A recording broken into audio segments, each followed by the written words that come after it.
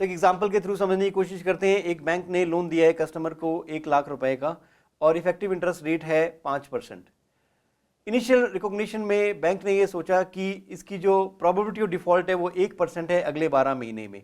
तो 1,00,000 में से अंदेशा है कि 1% पैसा नहीं आएगा, तो हम 1,000 रुपए का लॉस अलाउंस क्रिएट कर सकते हैं। इनिशियल रिकॉग्निशन में बैंक कहता है कि ज़्यादा रिस्क नहीं है, 1% डिफॉल्ट के चांस हैं, अगले 12 महीने के दौरान ये हमें 1,000 रुपए का नुकसान दे सकता है, तो हम 1,000 रुपए का लॉस अलाउंस क्रिएट कर लेते हैं। एसेट अभी भी ग्रॉस कैरिंग अमाउंट पे रिकॉग्नाइज होगा, 1,00,000 रुपए का ही रिकॉग्नाइज होगा। हम इंटरेस्ट इनकम इस पे 1,00,000 पे ही कैलकुलेट करते रहेंगे। तो इंटरेस्ट इनकम हम 5% के रेट पे रिकॉग्नाइज करेंगे, 5,000 रुपए interest income gross carrying amount पे ही रिकॉग्नाइज करेंगे। फिर आता है स्टेज 2।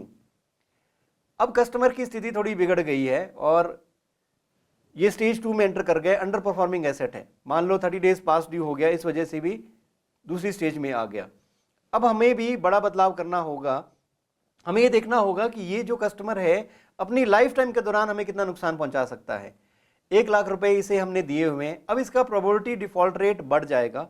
अब हमने life time expected credit loss अगर देखा और जाना तो समझ में आया कि पूरे पीरियड में जो लोन इसे दिया हुआ है, पूरे पीरियड में ये हमें 15% का नुकसान दे सकता है। प्रोबेबिलिटी ऑफ डिफॉल्ट 15% है। तो अब हम लॉस अलाउंस क्रिएट करेंगे 15,000 का। अब देखो एक सिग्निफिकेंट शिफ्ट हो गया। पहले हम सिर्फ 1,000 रुपए का लॉस अलाउंस क्रिएट कर रहे थे, जैसे ही वो रिस्की कस्टमर हुआ, जैसे ही वो अंडर परफॉर्मिंग एसेट हुआ, तो हमने एकदम से एक बड़ा सिग्निफिकेंट अमाउंट पीएनएल में चार्ज किया लॉस अलाउंस के रूप में।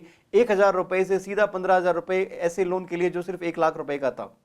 अब सोच के देखिए, एक बड़ा बदलाव आता है। इसी एरिया में प्रोसेस इंप्रूवमेंट की गुंजाइश है, ताकि लोग सजग रहें कि अब हमने थोड़ा सा यहाँ पे स्क्रू टाइट करना है इन कस्टमर्स का, इनको बार बार कॉल करना है, सर्कुलर्स भेजने हैं, नोटिस भेजने हैं और इन्हें पूरा सजग करना है कि पैसे 30 दिन के अंदर अंदर कोशिश करो पेमेंट कर दो, ताकि हमें ये कैलकुलेशन आपके खिलाफ ना करना पड़े कि आप रिस्की सिचुएशन में हैं, आपकी वजह से हमें एक बड़ा लॉस अलाउंस क्रिएट करना पड़ा। और मैनेजमेंट भी परफॉर्मेंस के प्रेशर में है, क्योंकि पीएनएल हिट होता है डायरेक्टली इस वजह से। 1,000 रुपए से पीएनएल हिट हुआ, अब 15,000 रुपए से पीएनएल हिट हुआ। अब यही देखो, अगर यही अमाउंट करोड़ों में है तो 1,000 करोड़ से हिट हुआ और 15,000 करोड़ से हिट होगा एकदम से, अगर ये स्टेज 2 में चला जाता है। और करोड़ों में ट्रांजैक्शंस होती हैं बैंकों की, तो और सभी कस्टमर्स को मिला के अगर इतना बड़ा अमाउंट पीएनएल में जाएगा तो ये एकदम से बवाल खड़ा कर देगा। बहुत कोशिश की जाएगी कि ऐसी स्थिति ना आए।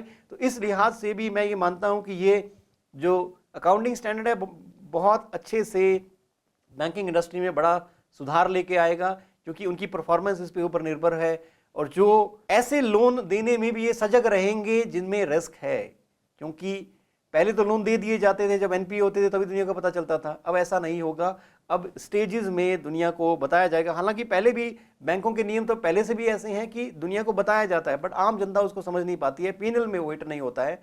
इंफॉर्मेशन आती हैं, जो बेंचमार्क्स हैं बैंकिंग के दुनिया के, वो यूज करते हैं, पहले से भी सजग करते हैं कस्टमर्स को, पर वो पीएनएल में हिट नहीं होते हैं, वो बैलेंस शीट में नहीं आते हैं। इस वजह से आम आदमी को नहीं समझ में आता है कि क्या चल रहा है।